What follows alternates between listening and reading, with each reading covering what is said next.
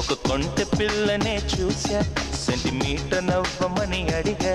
తను నవ్వే నవ్వితే 100 మంది సిచ్చిపోయారే బాపు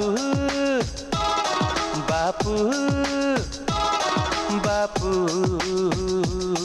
బాపు ఒక కుర్రవాడినే చూసా నా వంక చూడమని అడిగా